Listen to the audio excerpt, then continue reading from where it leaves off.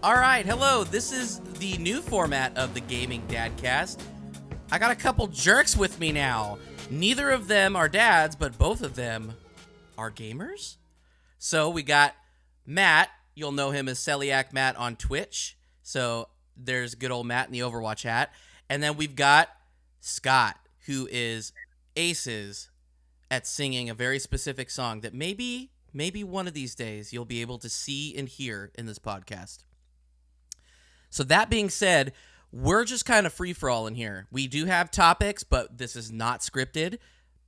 Apologies ahead of schedule. If you have kids in the vicinity, you may want to get them out of the room. Although they'll probably get bored with us anyway because we're old farts. That being said, to start us off, we're going to be tackling some topics. And first up, we got Matt. So go for it, dude. Yeah, before I get to a topic, I need you to pronounce my username on Twitch again. Please, I need to hear how you said it. Isn't it Celiac Matt? Celiac. It's Celiac, really? Have you been saying celiac this whole time? Yeah. Why would I say You didn't even say my Twitch name, and I have one. Thank you very much. SM Steven Speaks. No. Games. Ooh. SM Steven Games. Streams. You don't even know? You don't even know. I streamed once. It's out there somewhere. Oh, no, that VOD is gone, but I remember you were playing Borderlands. Yeah, it is way gone, but I do remember. I did hop in. I do remember that. Anyway, Celiac Matthew. That's his Twitch name. Go find it. Celiac_Matt. We'll go with that one. All right. We made a list of things to talk about. And here's one that has been very interesting to me as I get older. Is a lot of times, if you ask at least the older farts like us, which is pretty much anyone that's a millennial now, like if we're on the internet or Twitch or podcast, well, if we're podcasting, we might be stone drunk fat dads, or we're young people that think we know everything. I don't know if there's an in between, but I feel like such an old guy playing video games as a millennial. The point I'm trying to make is our favorite games growing up were all single player because we actually lived in a time when online gaming didn't really exist. So when we think about like our most favorite recent gaming, like for us, we were huge fans of God of War 2018, God of War Ragnarok, Hades, single player game, things like that. Like these are some of the best games I've ever made. They're on my top 5 games list of all time. But you know what games I spent the most amount of time on that I don't consider the best games of all time? Freaking online shooters and other games like that. I looked at just the other day, how many hours in total I've put into Overwatch 1 and 2, and we're talking over 2,000 hours into that game. God of War in total between the two, 50 hours tops, maybe 60, versus Overwatch, which is 2,000 hours. I never say Overwatch is better than God of War, and yet there is my playtime. And I hope someone else empathizes with this, because if I told Past Matt your favorite game is an online shooter or your most played game, he's gonna be like, what are you talking about, dude? No. First of all, what is online? What are you talking about? It's a series of tubes. The interwebs. Mm-hmm. That's an interesting thought, because for me, growing up, my least favorite games were the multiplayer ones, because you had to be in the room. I enjoyed being around people, but I sucked so bad that I always lost, and I hated it. So I'd rather go play the Zeldas, the Marios, when the PlayStation came out, playing like the single-player game. So it was really interesting. I didn't really like multiplayer, and now just the nature of things, I play more. Your Overwatch, my Splatoon 2 and 3. I looked and I went, there's no way that I've played that much. There's no way at all. Which, very, very good games, by the way. I was shocked to find out that Splatoon 3, and that came out towards the end of 2022, I think. Splatoon 3 was my most played game on the Nintendo Switch. So more than I played Smash Brothers, which historically has been like my jam, more than Hades, which I'm still playing to this day. I'm like, hang on, when did Splatoon 3 sneak up in there and become my most played game? It's fun. It's great. It even has a single player that I've not even touched because I don't care. But it's just, it's good. It's really I think I can answer. Yeah. It's maybe a little bit of like my anti-big business, like wake up sheeple, Scott, but I do feel like a lot of these games are kind of designed to be super addictive and to reel you in. Like, there's this game called Path of Exile. Basically, it started off as a really bad Diablo clone, and at this point, it's probably better than Diablo. I have probably put like over 2,000 hours into that game, and I will tell you right now, terrible game. Horrible game. but it's literally designed to like make you play like, hey, go one more round. Hey, yeah, you got a bunch of garbage gear that last run, but maybe next time you'll get the good gear. And it's literally like kind of the same techniques that they do in Vegas when you go on the slot machines. Like, oh, that sucks. How about you put in another quarter? Maybe next time will be your jackpot. And it's kind of I know it's very controversial, but part of me is happy that they made that change in Overwatch, where it's just like, hey, drop another $50 into loot box. Maybe you'll finally get that skin you really like.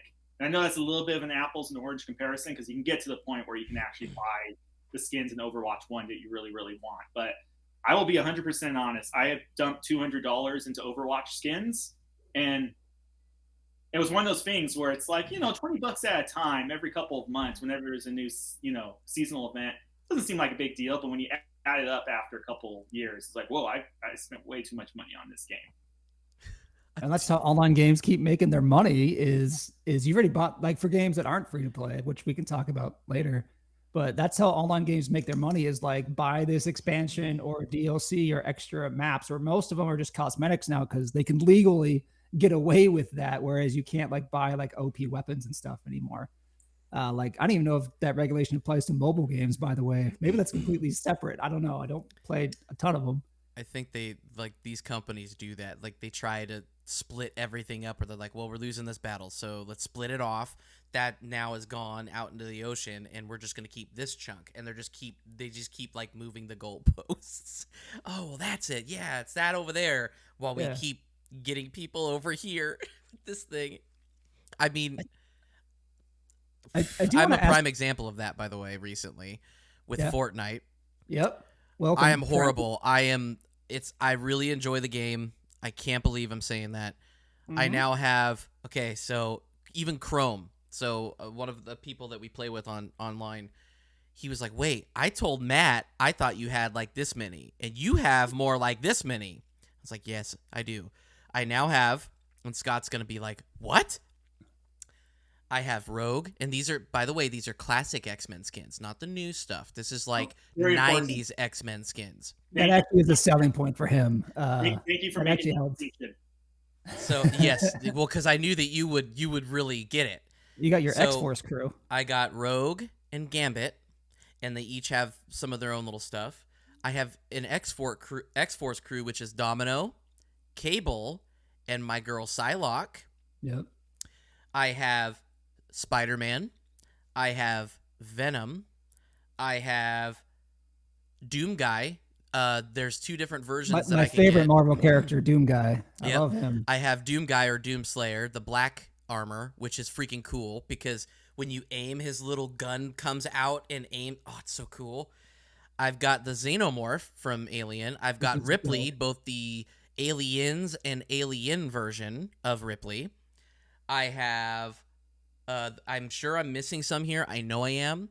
But the most recent one that got me was Isaac Clarke from Dead Space because I hate myself. It does look really cool, though. It is super cool. And I hate the fact that... Anything that's been said in the last 3 minutes. You just blacked out?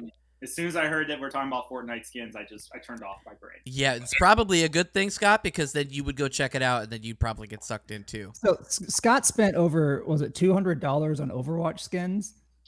Literally quoting you, but fine, we'll shush. We won't talk about that. Here's my problem: do we believe that the new Space Jam was a horrible movie, and it was basically one big like product placement? It was awful, and yet somehow Fortnite is great. It's like, oh, we don't want to have, Batman, Robin, Mr. Freeze in there. That's such a, the Sauron Eye. Oh, look at this. They're just throwing in every property they can. Counterpoint. But somehow it's amazing that Fortnite does this. I got a counterpoint. So you're talking about Space Jam film with Fortnite, the game, right? What about this comparison? What about Spider-Man No Way Home in Fortnite? Would you say that that was pure fan service? That movie was pure fan service. It had a great story, but it was pure fan service. Just a different version. And we all ate it up. It was a pretty good movie. I actually didn't care for the originals, the first two Spider-Mans, but that one was amazing. And then again, to your point, Ready Player One. That wasn't great. But that is the concept of Fortnite. So is it though? Is it? Yeah. You don't. If I don't know. Fortnite So went would you MMO, consider- it would you literally just consider go Space MMO. Jam- Ready Player One. There we go. All we're waiting for is VR, baby. Would you Which consider Space Jam fan service or not? No, I consider Space Jam a mixture of LeBron James' ego, which is the key missing ingredient in Fortnite. I don't think he's in Fortnite. So Are you please, sure? dude, I hope not. Please don't be in I'm Fortnite. pretty Yeah, sure you he's- Google it. I've yet to see LeBron James in Fortnite. I've seen him in I'm pretty multiverses, sure but I've I hate seen him. LeBron James do a Kamehameha wave and kill Thanos. I'm Oh, that's canon in the Marvel universe, actually. maybe that was a fever dream, but I feel like that's something that really can But the happen. new Space Jam movie was a combination Spacemans with LeBron Jams. That's LeBron Jams. That's what Space Jam is named after, the Jam family. Space Jam 2 was his ego combined with a studio that's like, look at all these rights we have to. Let's go print some money.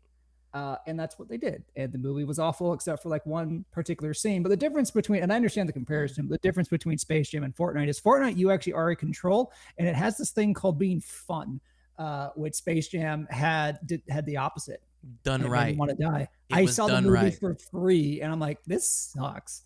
I know this is a gaming podcast, but holy crap, did I hate the new Space Jam. Speaking of Space very Jam, much. LeBron James, the king, has arrived in Fortnite. This is from Mhm. Epic. And he has 3 skins, and one of them is the Toon Squad. I'm so ashamed of myself right now that I play Fortnite. This might make me stop. This is it. Scott's over there thinking, I'm feeling pretty good about myself right now. I got you. Got you with the LeBron jam. Got him. You got jammed. I will say though, Scott, Fortnite is. I went in fully expecting to hate it, 100%, kind of like you and Ted Lasso. Totally expect. I was like, I'm going to hate this. I'm not gonna like it. The first game, I was overwhelmed. I was like, what am I doing? I saw it because you streamed it. I was watching your face. I'm like, that man's brain is exploding right now. I didn't know what was going on, but you know what kept me on? Those characters. And I got to tell you, Scott, last night when I got to win with the crown. You don't care what that means. You don't know what that means, but I got to win with my team. Do you know what team we were? We were each a different Doom guy with different armor. And when we were waiting to go in, we rode a little train together. We were all in a train listening to big band music. That tells me that sold. He just needed to hear Doom Guy train, and he's like, I'm there. Trains, that's the missing puzzle piece I've needed in my life. So what I've needed I'm leaving because of LeBron. Scott's coming in because of Doom Guy train. See, this is the beauty of Fortnite. So anyway, those online games. I think there's a lot of merit to what you said, Scott, of these companies really they don't view online games like online games anymore. What was the term? I remember there's this whole controversy about whales. A lot of these companies view us, the consumers, which I hate that word, by the way. They view us as they find the whales, the ones that will spend the undetermined amount of money in Overwatch. Yeah, they find their Brendan Frasers and they're like, hey, look at all these fancy skins. And Brendan Fraser buys all the skins. And then they made a motion picture after it. Yep. Great movie based on Fortnite. Is that literally what it's about? Well, No, about him being a no. whale, Well, about him being somebody who buys in, or is it just because of No, he's him, really like, fat. yeah, he's big. Okay. That's what I thought. Okay, but I was like, wait, is that really what that movie's about? No. Honestly, listen. You want to print money, Fortnite people?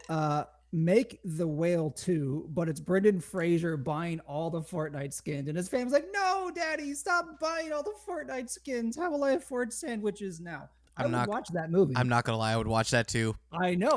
I would 100% watch that. If anyone hears this right now, you can have it. I will not charge you a dime. You just make it happen. Make my dreams come true. Brendan Fraser buying Fortnite skins.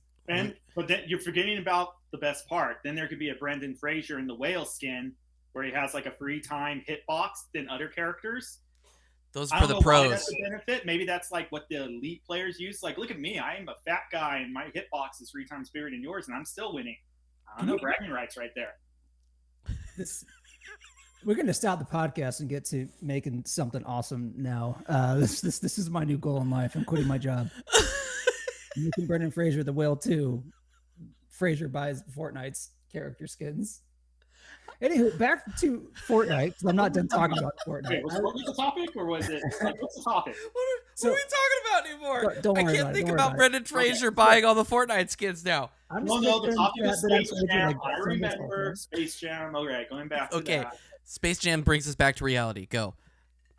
Anywho, Fortnite has this thing called being fun. And the biggest thing for me is even playing by myself, it's fun, but where it really, really shines is just how good of a job they did with connecting people to people.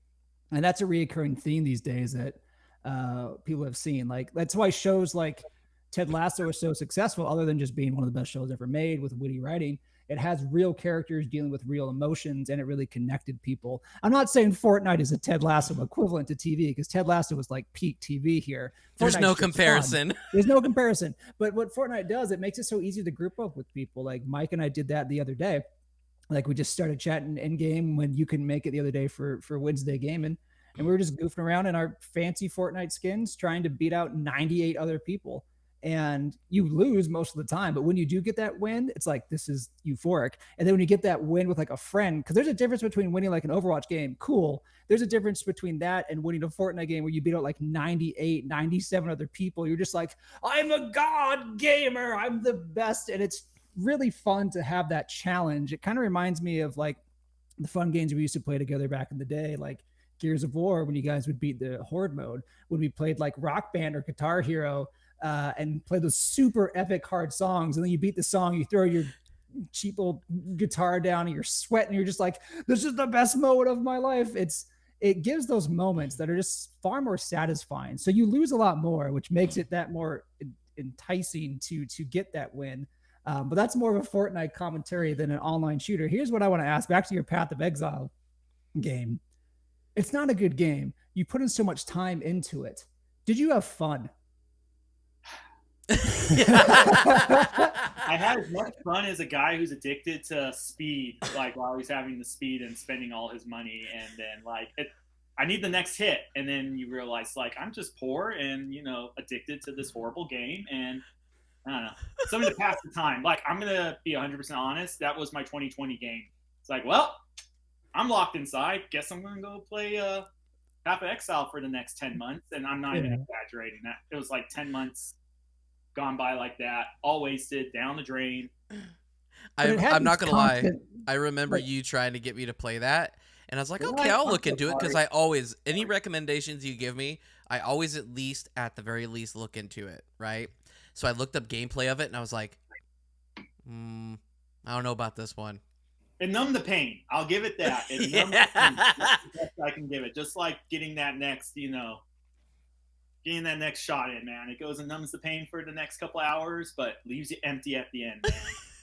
Honestly, that's one of the many reasons I think people have so much time in the online game, is there's always something going on. Even if it's the same something. It's the reason that I've grown to like roguelikes so much. Like Hades. I've done almost everything in that game. I have no more story, narrative, nothing. But I'm like, but it's just fun to beat it. I want to beat it on the higher difficulties and challenges. And that's what online gaming does that single playing games don't. Like God of War is one of the best games ever made.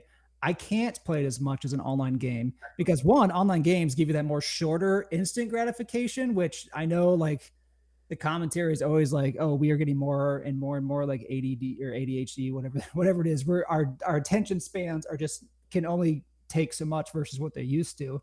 And I think there's some merit in discussing that, and not in this, of course, but the mental health of how TikToks, because I'm an old man, I don't do the TikToks, how they just have this instant gratification of like 3, 5, 10-second stuff, and then they move on to the next one. That I don't think is healthy, but at least with the game, you accomplish something. So an online game, either I'm by myself trying to just win, or I'm with a team and I'm just trying to win. It gives you these short bursts of either endorphins or just like, I'm achieving something in a short amount of time frame. Maybe nothing else in my real life, which, we're gamers, so of course we do nothing else in our real life, but at least we can achieve something in that pocket.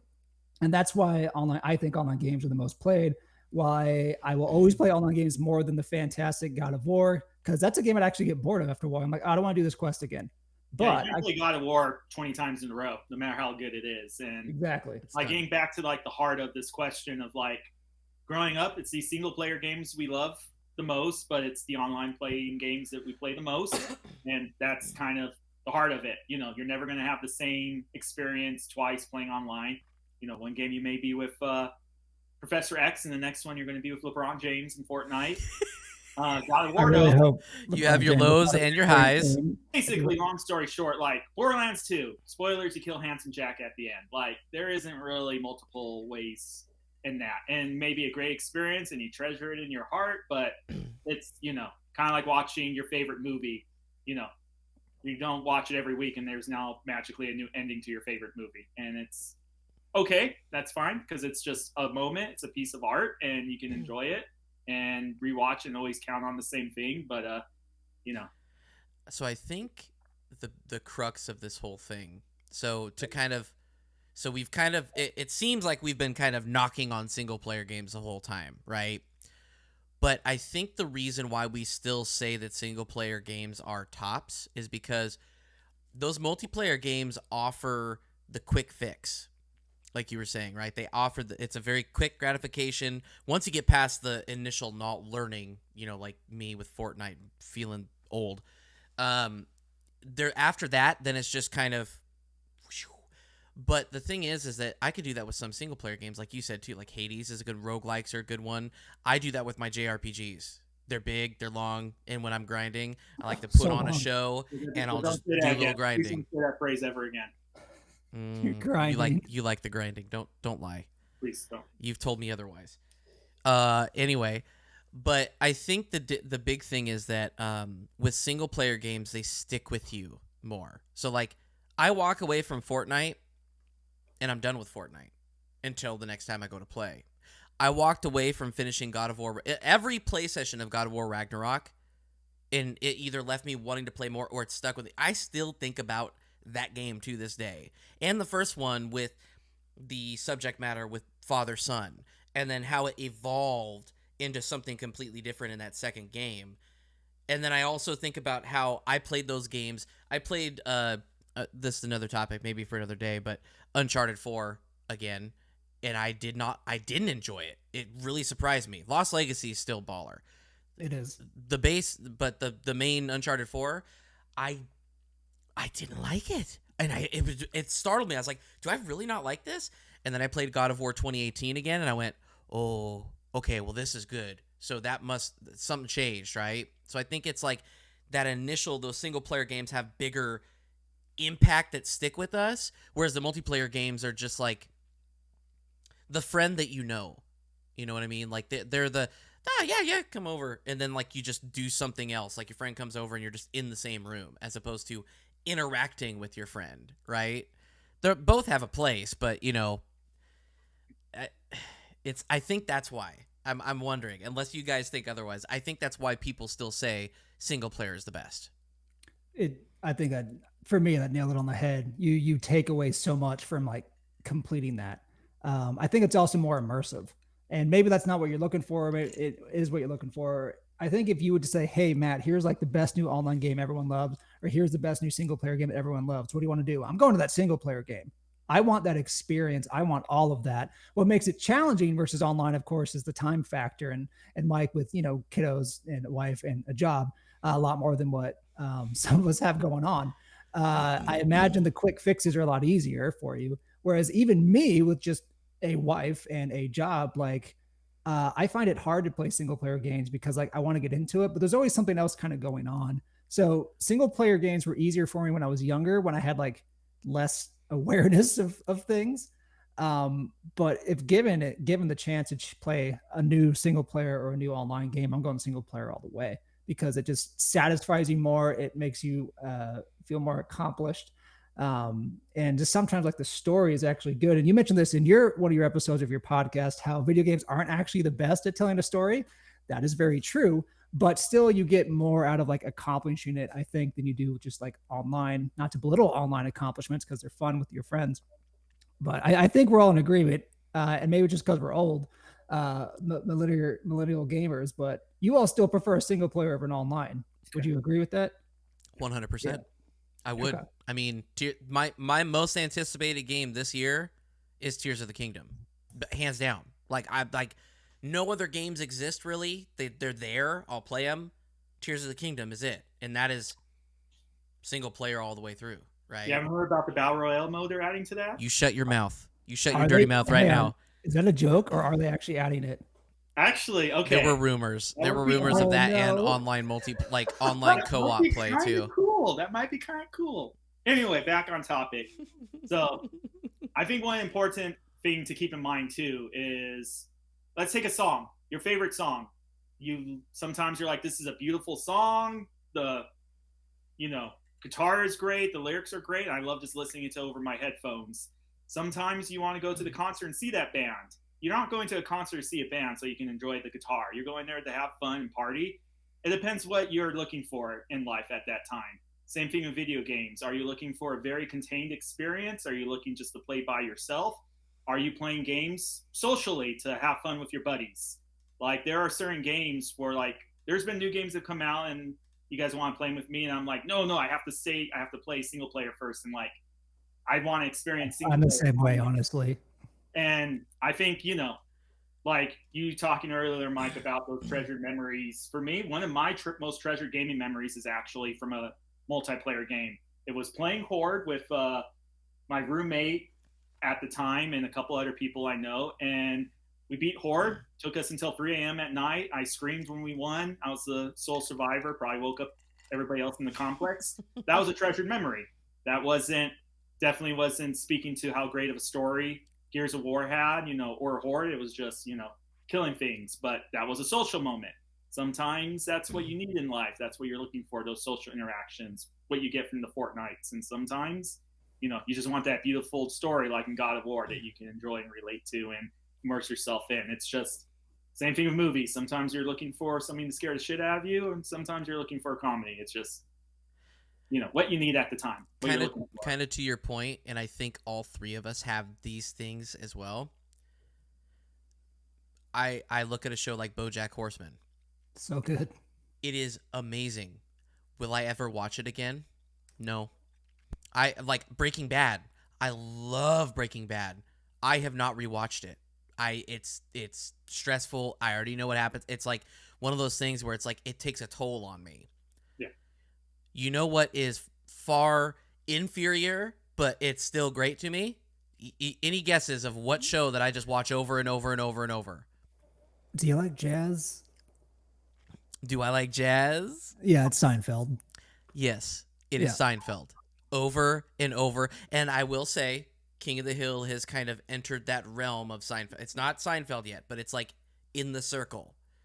I put way more hours into both of those shows than those other ones that are better quality. It's just to your point. Sometimes you just need like something. You move. You're in different spots at different times of the day, week, month, year, your life. So I think that's a good point. So I have sort of a side tangent, but related. Mike, when it comes to streaming, you're probably the same as me. But do you prefer to stream a multiplayer game like Fortnite with a crew, or do you prefer to play a single player game where they're just watching you? Do you have a If preference I between had the to two? choose them, Mhm. see, I actually really like both, Mhm. but I tend to lean towards the multiplayer in that regard because, and I'll be the first to tell you that I'm like not the multiplayer guy. I'm not, and I recognize that. But it kind of goes to Scott's point with Horde too, of you're open to those moments. And like last night when I streamed Fortnite, and I know for the last couple of weeks this guy that we've been playing with, Chrome, has been trying to get this 20th gold crown win. And the last time we played, I felt so bad because I felt like I was the one pulling him down. Like there were 2 times he could have gotten it and we didn't get it. And I'm like, I'm pretty certain that was me. And so he clipped it and I didn't say anything. I actually got a gold crown too, and I didn't want to step on his, like, I didn't want to rain on his parade.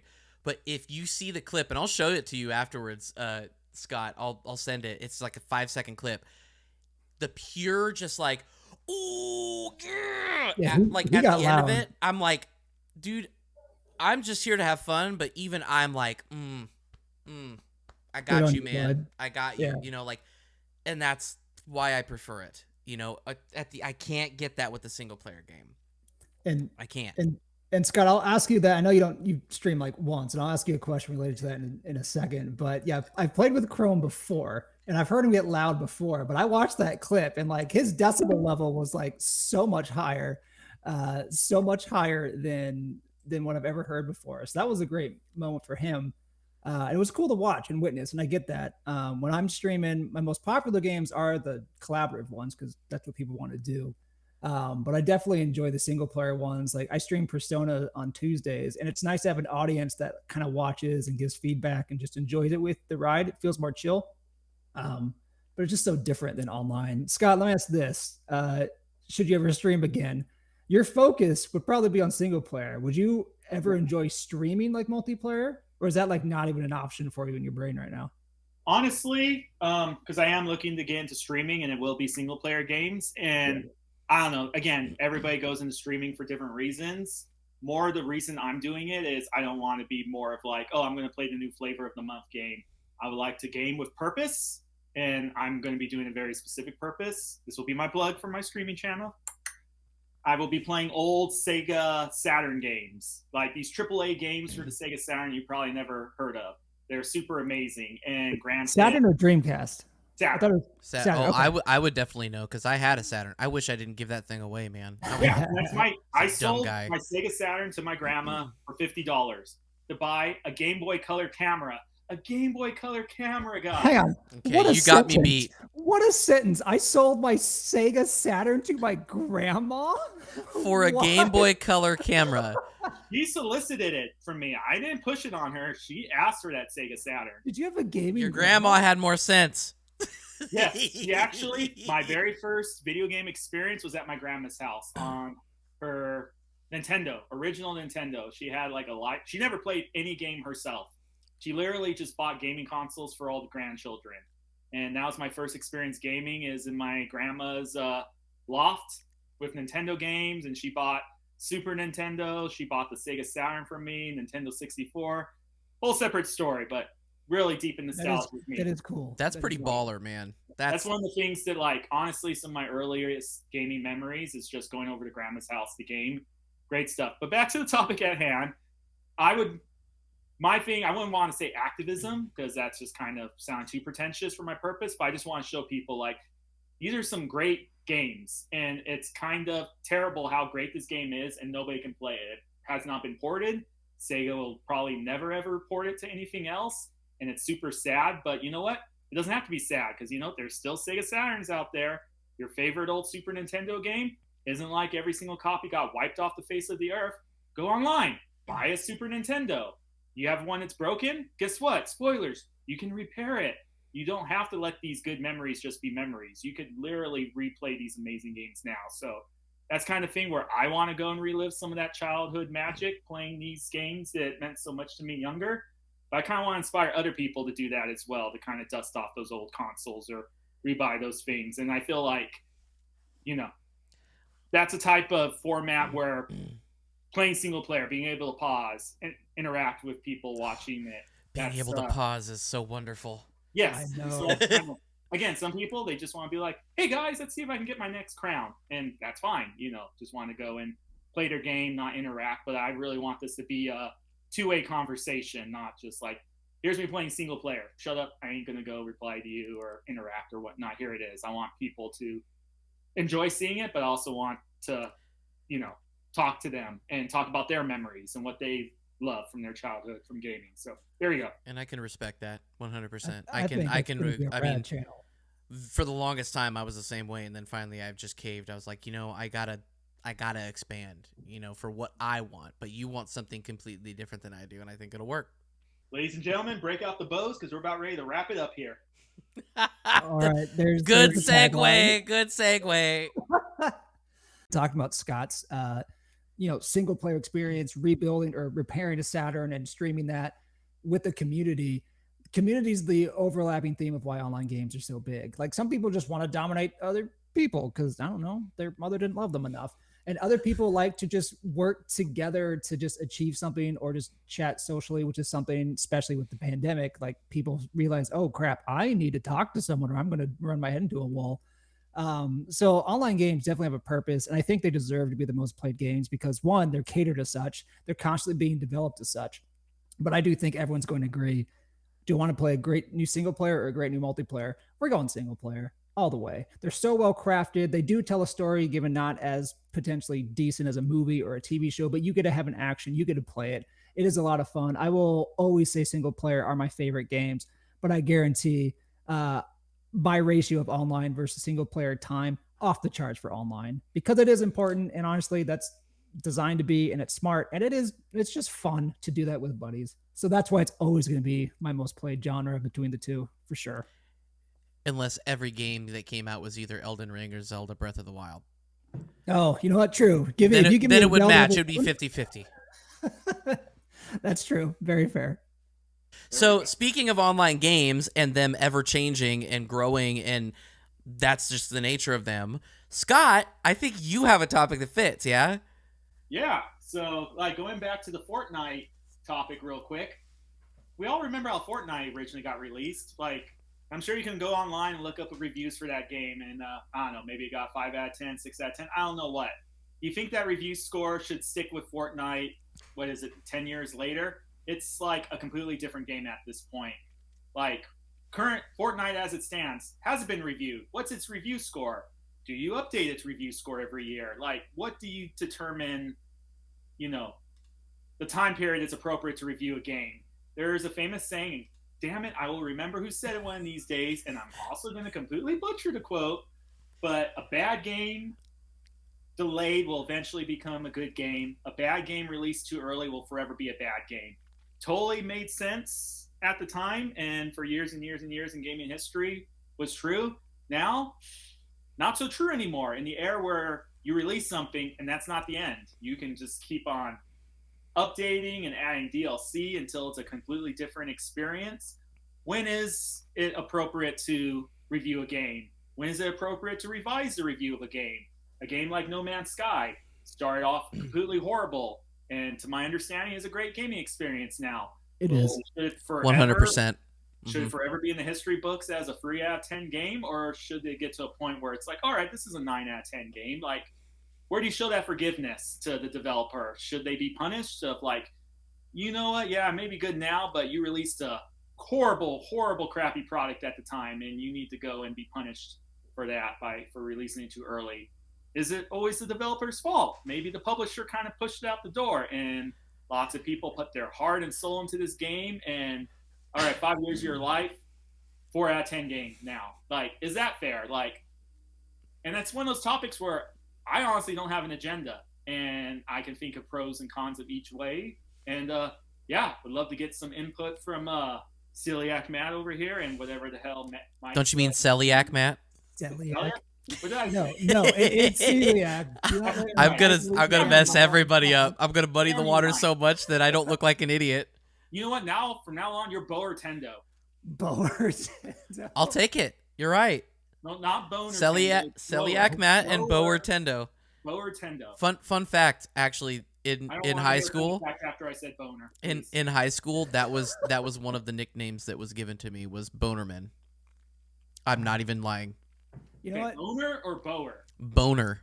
Boner. Okay. It'd be like Bonerman, and I would legitimately be like, "Hey, what's up?"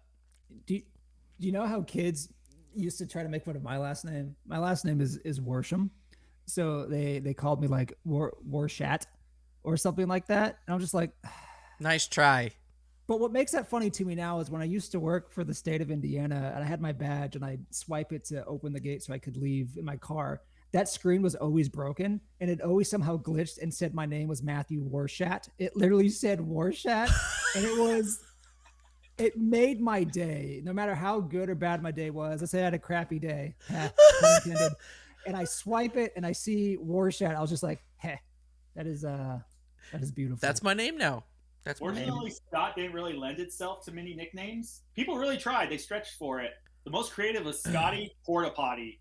And you know what? I was just like, I'm not even upset about this one. That was creative. I That love was, it. that is Scotty wonderful. Porter Potty. That's your pro wrestling gimmick. Oh boy, here comes Scotty Porter Potty. Instead of the Undertaker coming out of a coffin, I will come out of a porta potty. Somebody sits down on it, they're vulnerable, and then hand out the toilet. And I don't want to say the rest of it, but you know. Your staple match is not like a coffin match. It's a porta potty match. We have to lock him in there, get like a crane and like pull him up in the air. All right, my finishing move would be the mandible claw. I'm I'm dying. not going to say what part of the body, though, is going to get clawed. Oh, no. Oh, I'm dying. A part of the man's body. Let's just say he will not need to go to his next scheduled prostate exam. My question is, does your outfit, is it like a onesie, but it's got like shit stains on it? Oh my god. It has like a, You it has come like a out with butt plug. toilet paper No, on no. your shoes, on No, your it's not- wrestling boots. Think the opposite direction. So think of this guy, but he's actually a germaphobe. So just imagine wearing just like a Oh. condom to like protect Oh my God. oneself. You've thought about this, haven't you? No, actually, to be honest, this is all just stream of consciousness, baby. That's what I do. 10 out of 10 content. I would watch. What were we talking about? Scott, you got to make a new Twitch handle, by the way. You are Scotty Porta Potty. On Scotty Twitch. Porter Potty. Yeah. I'll put it under advisement. It'll be considered. Yeah. Start a I new re- one.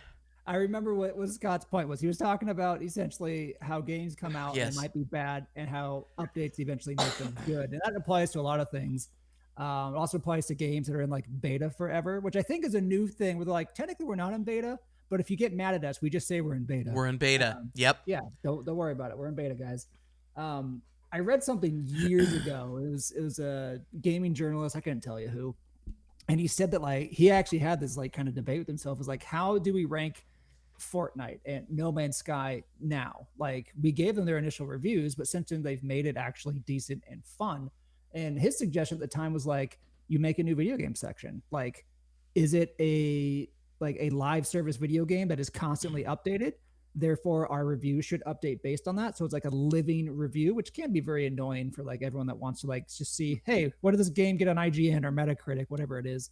And I'm like, well, that makes sense. It sounds annoying, but it makes sense. And No Man's Sky is such a great example. I didn't get that game when it first came out because, I waited, which I do now with almost every video game because of that same reason. And it was just a colossal train wreck. I was like, oh, okay, well, let's sweat off my back. And then I got it like 2 years later because one, I think I traded in like Monster Hunter World because I'm like, this is not a me game. I'll pick up No Man's Sky for like $20 or whatever. And I picked it up. I put it in. I'm like, holy crap, this game is awesome. They've added so much stuff now.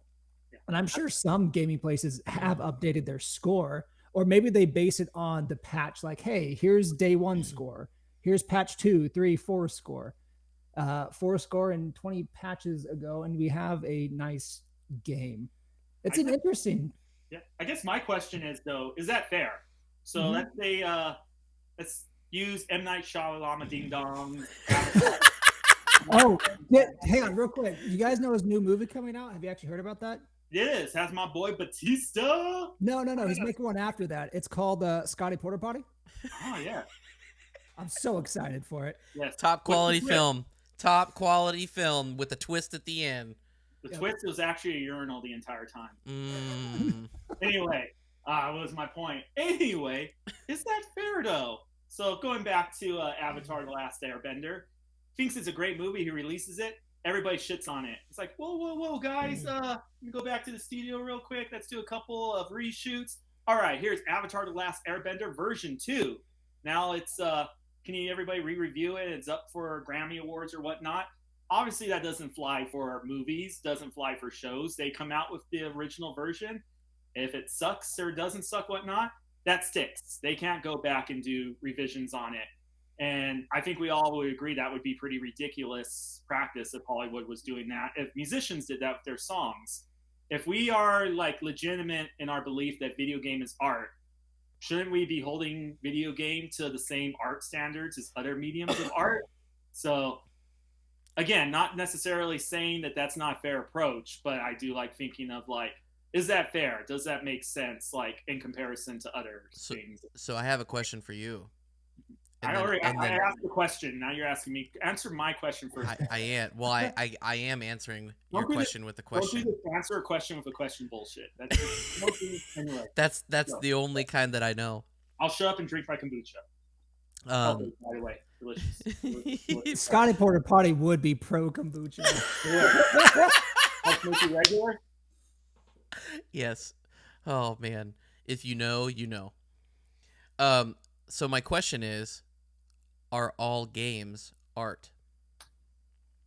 Man, not all movies are art, and they get 1 review score. Okay. Yeah, they're so the farts. so not all movies are art, but so are all video games art? No. Okay. So then how do we determine what's art, what's not? So like I was thinking as you were speaking, right? I thought, okay, well that's not fair. Like your movie connection was more for like single player games, right? So we just had this whole discourse about that. So the single player games, are those the art? And those are the ones that don't get like you don't get a redo on those. But online multiplayer games, which initially that sounds okay, right? Because online are supposed to be moving, always adding things, always growing. That's how they keep people's attention. But then how would you classify No Man's Sky? Is that single player or is that online multiplayer? Well, it's both now. But what would you classify? So can it get really great. It's not a black and white. Yes, I think that's the problem. You can't do that with film. Film, you can't do that with. Well, they tried to do that with Zack Snyder Justice League. I'm trying not to say that too loud because I feel like I'm gonna get if any DC fanboy gets a hold of this, I will die. I will be dead. I remember when that first came out, and my employee at work, his big pitch is selling me. He's like, "Sky, you gotta check this out. It's long enough to have intermissions." How is that a sell to me? What? That's not as no. How? Oh, but it's 6 hours, or I don't know. Maybe I'm exaggerating. If there are any young people watching or listening to this podcast, and I say young people, I feel old saying that. If there are any younger people that have a whole bunch of time and they think they don't, but they actually really do, man, you need to pay attention to this conversation, please. Time is very important. Anyway, continue. I remembered. So again, kind of asking another question in the same spirit of that first one. Okay, so we say you can't do that with these games. Let's say that we all go big brain and we go, we've decided the perfect thing. These games, you know what? They don't get a pass. They come out, that's what they're rated. These ones, they get rated every year, every 2 years, whatever, right? What about older games? So, like Tales of Symphonia, JRPG. That was actually my first JRPG that I connected with that got me started on where I'm at now. Back on the GameCube. The remaster, whatever it is coming out next month, okay?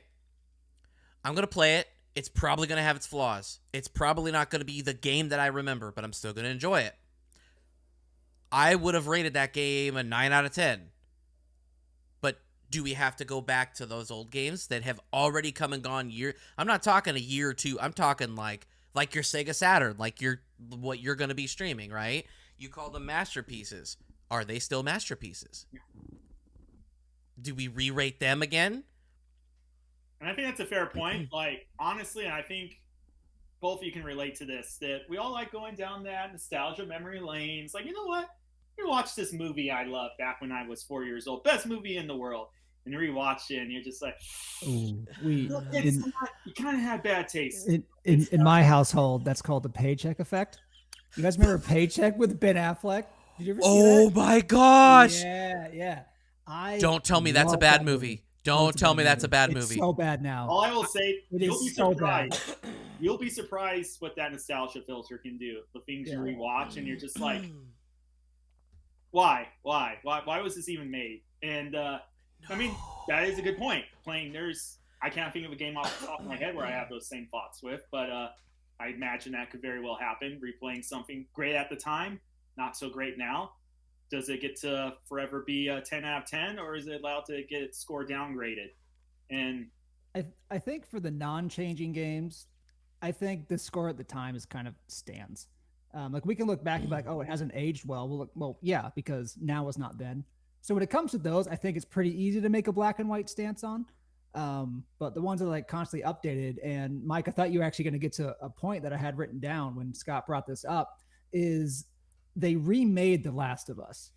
That was going to be where I went next. Yeah, but I stopped asking questions because Scott got angry at me. They remade The Last of Us. Not that I played the remake, but it wasn't just a updated graphics like I thought it was. I was really out of the loop, and apparently, like, oh, this is like they like redid the combat more in line with like The Last of Us 2, and they basically rebuilt a lot of it. But The Last of Us 1, the part 1 was so freaking good. One of the better games that I've ever played. Fond memories of ending my PS3 tenure with that game. Can the new Last of Us be rated as highly as it is when it essentially took what was already a great game, not even like 10 years old, and took a lot of that? Like, do they even record any new voice lines, or they carry over a lot of the same voice work? And I think they just remastered the original audio. Like they made it better quality. Yeah. Right. So but they took from all the stuff and just put it here in a new package. Should the rating that the new game get take into account the fact like this as a standalone game is so good, but is it a standalone game? Because they basically just took a game that was already highly rated and then they polish it up quite a bit.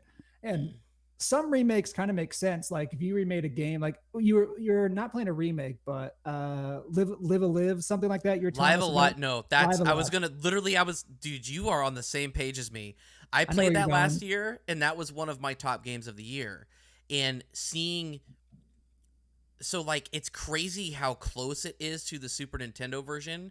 They just did quality of life things. Another good example is Legend of Zelda Skyward Sword.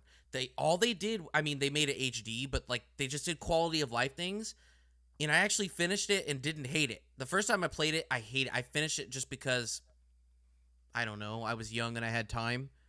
I don't know why. But like just those little things made that game more enjoyable to me. Does that count? That's a good point. Yeah. So I don't really have a point to make with it. Just sort of an observation is like, how can you bucket that game? Whereas a game like Fortnite, I think a game that is constant live service. Here's a nice way to keep it simple. Is a game continually asking for your money? Then you need to be continually critiquing that game. Short and sweet. So I think the rank for Fortnite, let's say someone gives it 9 out of 10. Yeah, the money. Someone gives it 9 out of 10. If they release an update that's stupid, like I didn't like you didn't play it, but they added this whole weird, like it's called Chrome Splash. And it was a gaming element I hated. I'm like, for me, that would have taken a game that's like 9 out of 10 to like 7 out of 10, just because I thought it was a stupid mechanic. But the thing is, they cycle out the mechanics and bring in new ones. So is Fortnite always a 9 out of 10? What if they kind of go down with some stuff, but then they kind of bring it back up and add some stuff? I actually don't know what like major gaming companies do. Like if you type in Fortnite review IGN, is it changing? I don't know, but I think it should. If a game is asking for money, it should be consistently critiqued. At least I could draw a line there, I think, that people would agree with. I guess that's ask kind of a different question. Do reviews even matter? Just play what you want to play. If it looks interesting, go for it. Maybe you got a 3 out of 10. Oh well. Well, you have bad taste, but go on. The same wavelength, man. That was me. That was my renaissance last year. It seems like we're just coming up doing mental gymnastics and doing all these things. Well, if you keep getting money from it, if it came out at a point where the updates couldn't come out, like, I don't know, maybe just reviews are silly. I mean, you can look at them, kind of, help educate you, but read the content of the review. I mean, if you want the game still, just buy a freaking game. Like, maybe we're just overcomplicating this. Plus, with gaming, they add a lot of stuff into it. Like there's a lot of stuff in the current gaming culture that makes reviews kind of irrelevant, because reviews at this point, I don't look at reviews for a single game unless I buy the game and I'm done with the game. I'm like, what did people think of it? That's the only time I'm looking at review. A review has never sold me on a video game. But I think at this point, it's more of like, did you agree that this was as good or as bad as I thought it was? But that's kind of like just gamers being angry at the internet. Sorry, Mike, you look like you had a point there. Well, you guys are like bringing up these points, and it kind of is culminating in is there, and I have an example, so remind me if I forget. I have an example of a YouTube channel, which I want to give them a shout out. They probably will never watch this. I'll probably tag them in a tweet later on and be like, hey guys, you should look at this. I'm shouting you out. Is there a way to review, like, okay, maybe this is a hot take. I think it's like, I don't like, okay, so you have the people who are like, oh, I look at the scores and a 7 out of 10 is a garbage game, which is so weird to me, because that's 5 to 10 is like I would say 4 to 6 is an average game, 7 to 8 is a good game, 9 to 10 is you gotta play this, and then look at the other end. But like, it's just the way that things have fallen, right? But then on the other side, you have the people like, no review scores, just look at the words. And I'm like, I don't think I agree with that either. Like, we all have opinions, and when I go into it, and that's kind of why I like the aggregate scores, because they get, like, the three of us, okay? We're all in different parts of our lives. We all like some games that are the same, sure. But we all, like, Path of Exile, never played it. No desire to play it. I looked into it, but I didn't play it. Rubbish. But on the flip side, here are Matt and I saying, like, Fortnite, and you're like, no, right? So, like, all that being said, we all have these opinions, so we can all go into it, and that's how you know a game is special, when all of these, the aggregate score comes in, and it's like, hey, Hades, oh, this is proof. Guys, what do you think of Hades? It is dank out of crunk. That is my score for it. What a metric. It is one of my favorite games. I have a top 5 gaming list that hasn't changed in a while, because other than when I added Hades to it. That game deserves all praise. It is phenomenal. I even got people that aren't that great at gaming, or they're just kind of new to gaming or far away from gaming, to buy that game just because it's so good. And then they tell me how hard it is. I'm like, please keep going. please, just keep going. Just keep going. Yes. That game is phenomenal. And same here. And so, like, that's when we know, like, now this is a very small sample size, right? But, like, we know a game is special when the three of us all come together and go, damn, that's good. That's good, right? Like, there are other games where, like, I'm like, man, this is the best. And Matt may be like, yeah, that was good. And Scott's like, nah. And so now it kind of evens itself out, right? So, like, I think there's so, like, my question is there a way to review games that kind of covers all the bases? Is there a way? Now. We all three of us review it. You go average dollar scores. That is your definitive score for video games. Boom. Case shut. End of podcast. Good night, guys. We're the end all be all of reviews. That's it. Go play Hades. On a side note, I would hate to be a video game reviewer, because I would have to play some games that I would hate so very much. Like, my wife follows this streamer called Dan's Gaming. He's very chill. I like his stuff, but he plays so many games, and I'm like, that game looks cool. Those 3 look awful. I would hate to have to play that game. Most of the games he plays that I jump in, every now and then I hop in just to see, and I'm like, nope, don't want to watch. I'm out. Like, this is bad. I like you, but nope, can't do it. Example for me, completely side rant, but I dabbled in a little journalism for a time, and I was assigned to do a movie review. 2 movies came out that weekend: Twilight and some Daniel Craig James Bond. I think it was Casino Royale. Well, that's the not 2 bad. journalists But assigned to do the reviews. One, Scott, male; other, female. So, if you were the editor, what makes sense? Having the female see Twilight and the male see James Bond? No, he wanted to spice it up. He wanted to be progressive. Let's have the dude review Twilight and the chick review James Bond. You know what? I'm pretty sure she loved James Bond either way. Good for her. It's a great movie. I enjoyed it. Me? And the thing is, that review was due 6 a.m. the next morning. So the only way I was able to go and see the movie and write the review on time is I had to go to the midnight showing. Oh my God! Who shows up to a midnight showing of Twilight? You went to the actual midnight showing, like the drop. Scott, you are my hero. You know, you are the hero we do not deserve. And my thought is, how are all these high school girls up this late? Tomorrow is a school day. What are you doing in the theater right now? It was packed. And you were by yourself, right? I was by myself. You know, all of their parents were looking at you like you stay away from that man over there. I mean, I had my reviewer professional shirt on. I had my notepad. I was taking notes throughout the entire movie. You know, I look sort of official. And do the screams. Oh, the screams. Ear piercing. There's nothing like a theater of 200 teenage girls squealing when they go and see fucking Robert Pattinson on the screen for the first time as Edward Cullen. And the thing that was the worst, I got home and I just wanted to write Twilight garbage. Hot garbage, 0 out of 10. But no, I had to go and be professional. I had to go and be unbiased. Now, getting back to the original topic, I wonder how many reviewers out there are just playing something where they're just like, this is hot garbage, but everybody else is saying it's a good 7 out of 10, and I don't want my credibility to be thrown out the window. Let me try to go and just, mellow up my review score for this. So, not saying everybody does that, but I just wonder how many gamers end up being, the Scott in the movie theater full of teenage girls watching Twilight situation. I guess, what a beautiful story, Scott. Thank you for sharing your love of Twilight with us. I'm truly moved. I would give up an arm to go back and be able to view. Just watch Scott. Just be a fly on the wall while this happened. I loved it so much I couldn't even watch any of the other Twilights just because I couldn't compare. They peaked on the first one. Hey, so truth be told, guess what? I actually read the first Twilight book years ago. And I was like, you know what? It's fine. It's fine. Until it was like a whole chapter describing this lady's first kiss with this nubile vampire. And I had to put the book down. I'm like, I feel like I've offended someone. I feel like I'm going to jail having just read something like this. It was awful.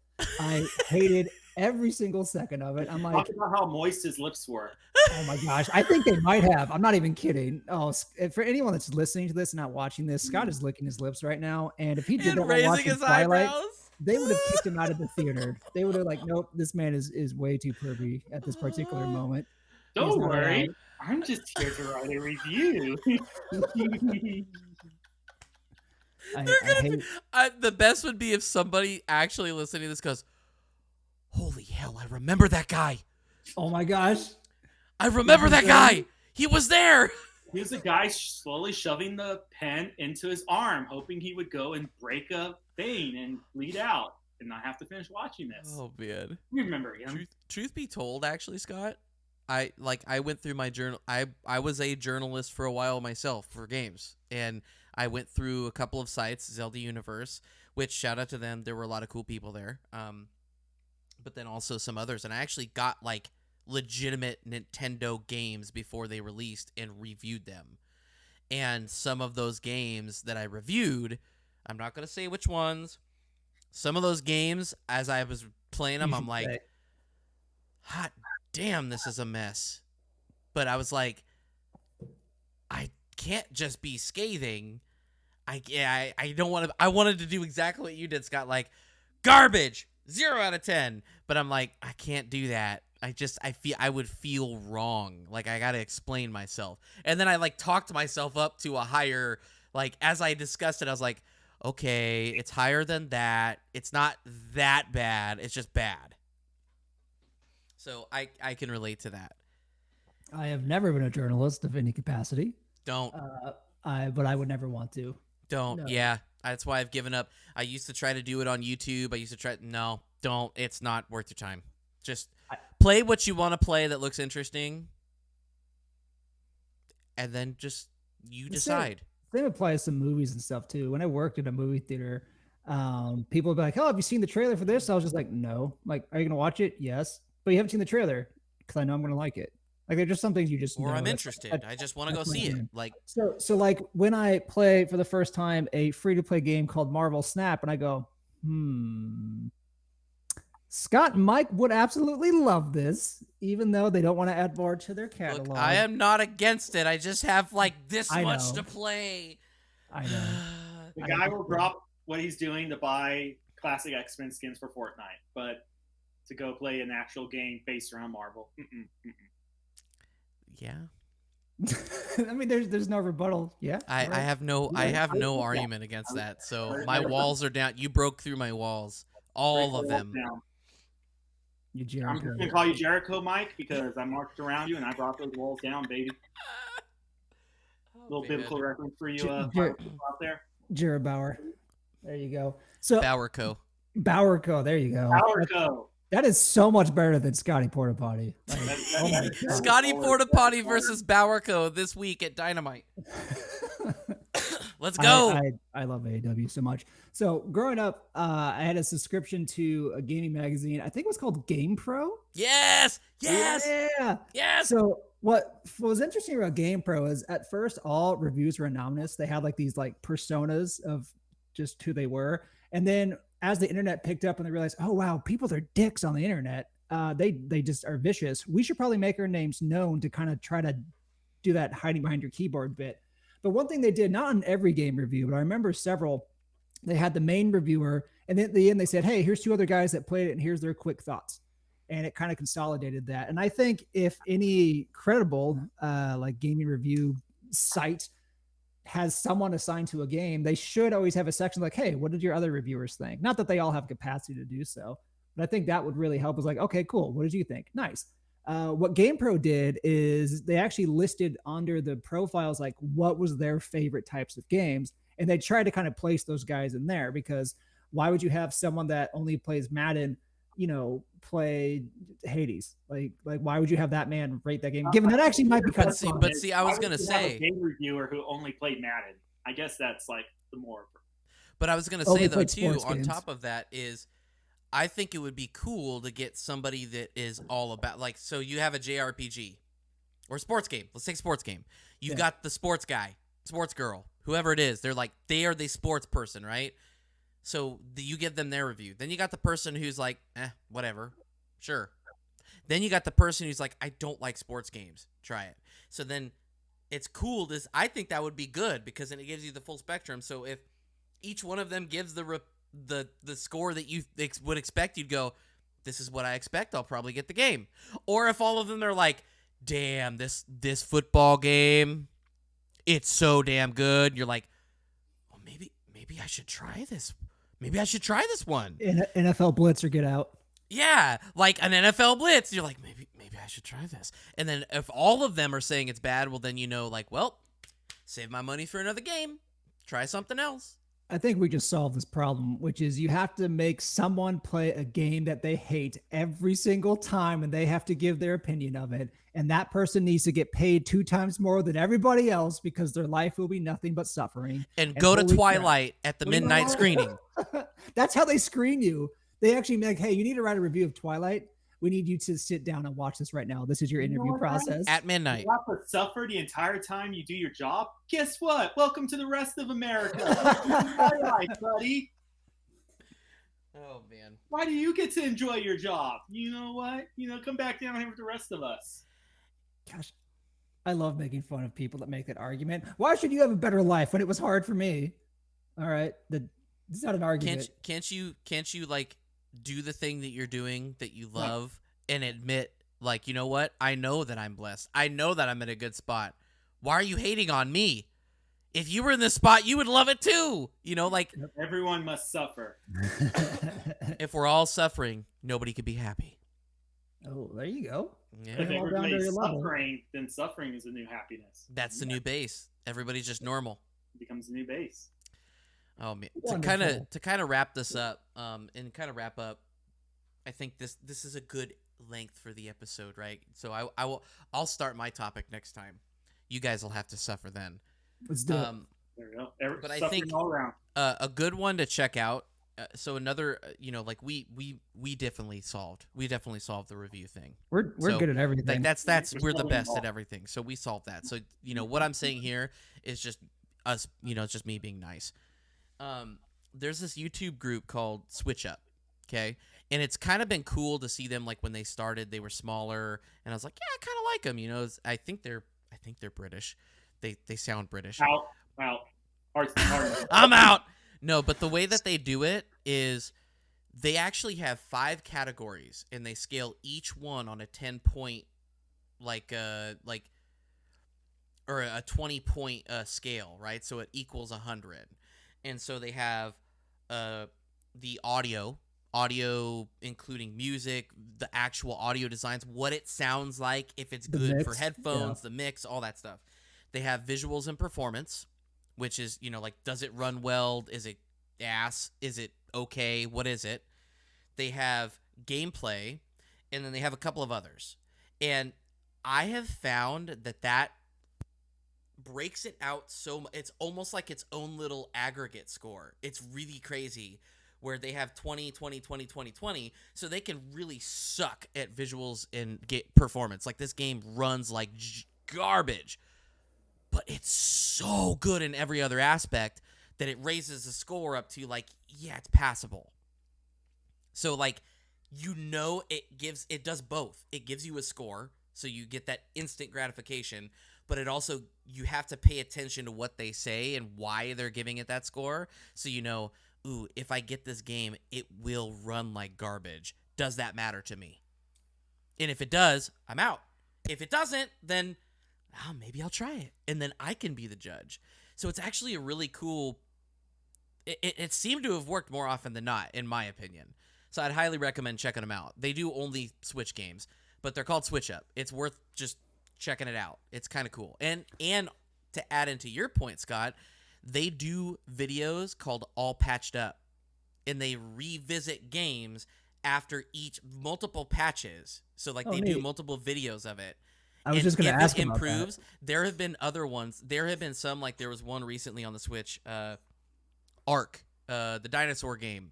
There's, like, a dinosaur game, whatever. It was, like, the pinnacle of, this is a garbage port on the Switch. Like, it is bad. Like, 480p, you can't see what's going on, 20 less frames per second, garbage.